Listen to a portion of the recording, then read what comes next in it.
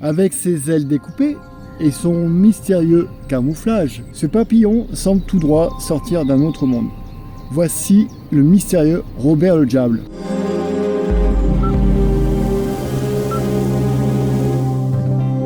Le Robert le Diable, en latin Polygonia album, est facilement reconnaissable à ses ailes orangées bordées de brun et surtout à leurs contours très irréguliers.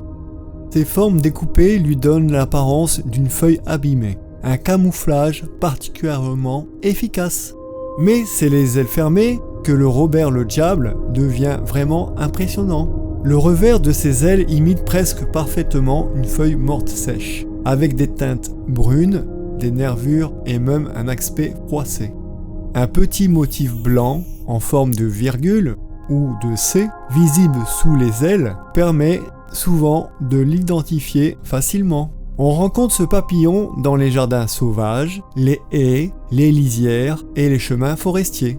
Son vol rapide et nerveux alterne souvent entre longues pauses et déplacements brusques. Contrairement à beaucoup d'autres papillons, il ne se nourrit pas uniquement de nectar. Il apprécie aussi les fruits très mûrs, la sève des arbres ou les matières en fermentation. Pour pondre, la femelle choisit différentes plantes comme les saules, les orties ou le houblon. La chenille possède un aspect étonnant, sombre, épineuse et marquée de taches claires. La chrysalide, suspendue tête en bas, présente elle aussi des formes irrégulières qui participent à son camouflage. Le Robert le Diable fait partie des papillons qui hivernent à l'état adulte. On peut parfois le voir voler lors des premières journées douces de l'année. Avec son apparence unique et son incroyable camouflage, il est l'un des papillons les plus fascinants de nos régions. Observer le Robert le Diable, c'est découvrir à quel point la nature peut être attentive lorsqu'il s'agit de survivre.